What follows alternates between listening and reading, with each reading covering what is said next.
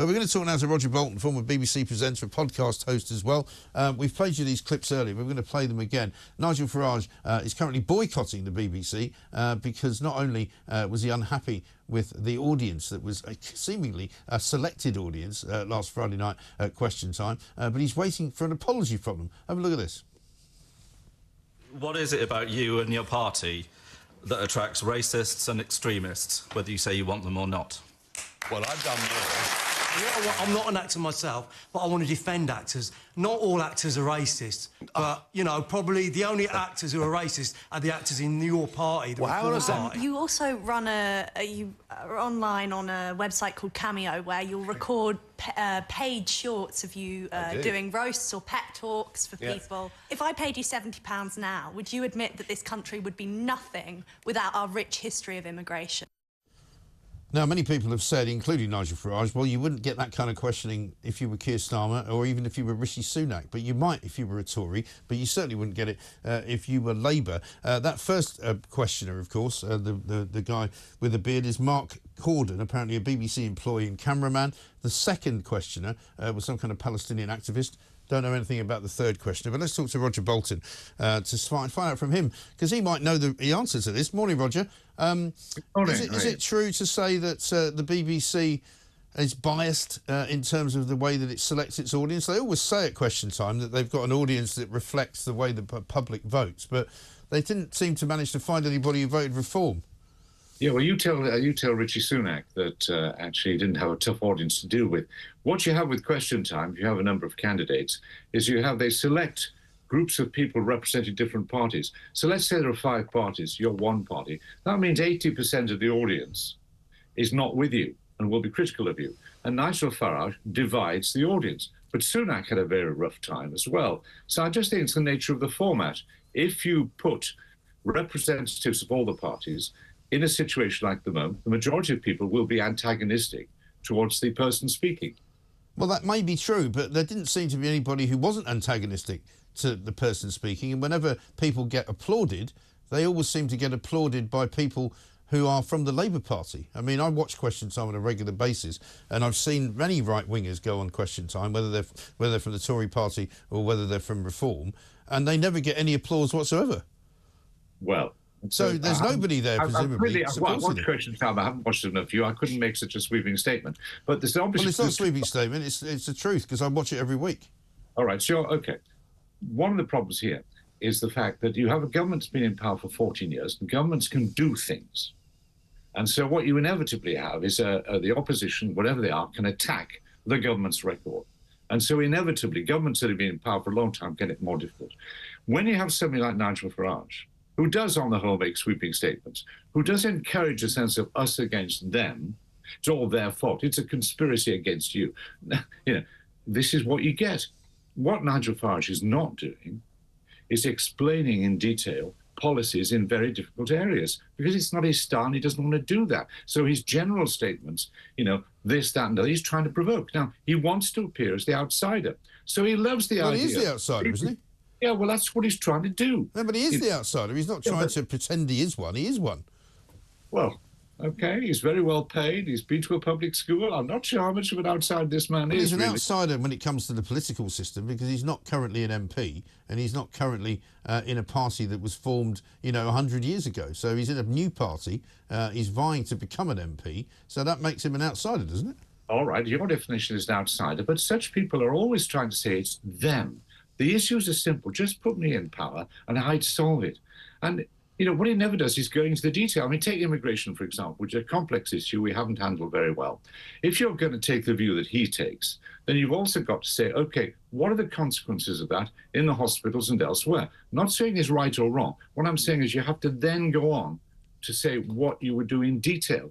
The same about defence, the same about nuclear power, but he lives on the idea. Well, the Labour Party don't do anything in detail either, Roger, do they? I mean, Keir Starmer's policies in detail don't actually stack up. I mean, I watched Pat McFadden on Laura Kuenssberg's show. I don't know if you saw that yesterday, but Laura Kuenssberg did a brilliant job of actually defenestrating him and saying, well, hang on, give us the detail of this. Give us the detail of this GB Energy. Give us the detail of the £300 that you say people are going to save. Give us how that works. And it turned out he couldn't, because it doesn't. So, you know, as you know, I mean, you've been in this game a long time. Most manifestos are wish lists. They're not actual detailed analysis of what's going to happen.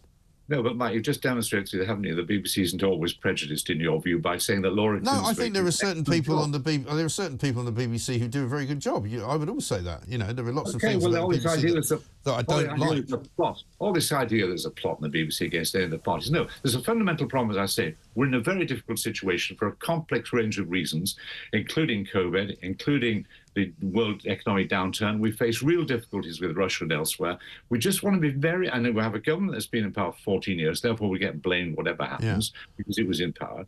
Just be very careful about people like Nigel Farage who live on the idea it's all their fault. These are very difficult problems. No, I understand that, but I mean, what I want to get from you, though, Roger, is how it actually works. Because there was another story just at the end of last week about the Grimsby sort of standoff between Rishi Sunak and Keir Starmer, which the BBC admitted they actually paid members of the audience 150 quid each, and made sure that they wouldn't heckle.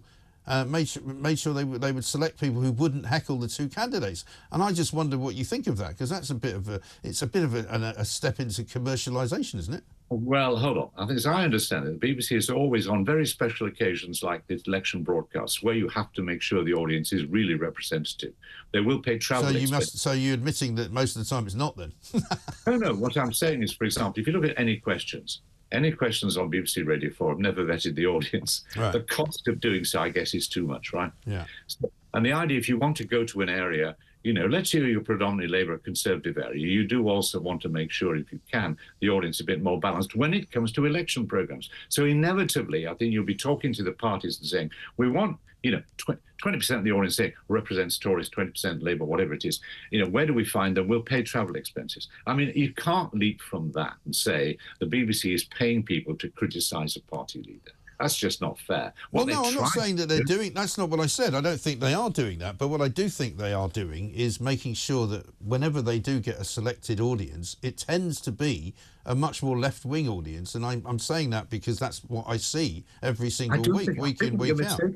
Mike, I think what you're mistaking is that if you were to do it, done this towards the end of Tony Blair's reign, or more particularly Gordon Brown's, when Labour had been in power for a very long time, a government that's been in power for that long, or a party, unless they've been tremendously successful, and this one clearly hasn't, you can argue why it hasn't been or whatever, is in trouble because they do things or they don't do things. And oppositions can certainly say, well, look, if I was in power, I'd do this, I'd do that.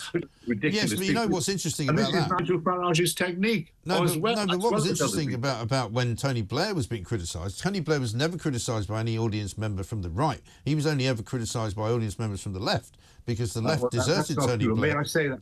The left deserted Tony Blair after the Iraq War. I can tell you authoritatively that's wrong, because I edited a programme in the election with Tony Blair, which had a hostile audience, and they went from right and left. Yeah, no, he had a hostile audience because of the Iraq War. That's what they found out. Okay, well, hold on. Your position before was that nobody ever attacked him from the right. They did. I was there, etc.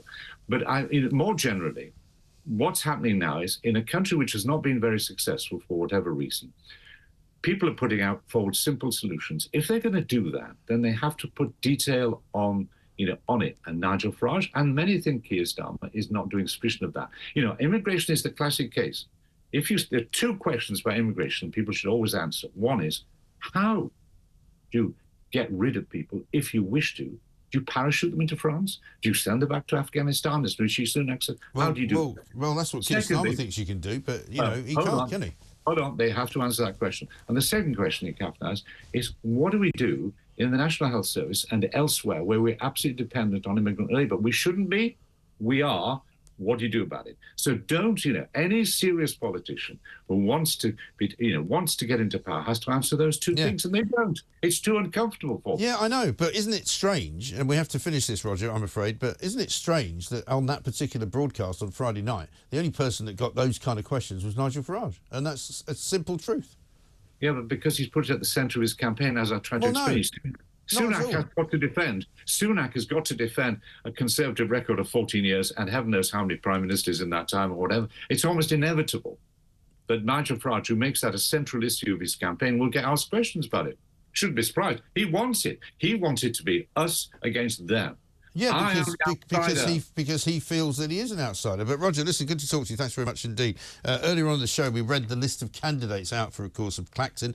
You can find all of the candidates at whocanivotefor.co.uk. Rachel says, how could Nigel go on to describe his policies when the only questions he gets are criticising the party? There were no questions asking about his policies. They are scared to ask because they know his policies make sense. And certainly the answer that he gave to that woman at the end who was asking about immigration was very, very clear and very concise and very accurate.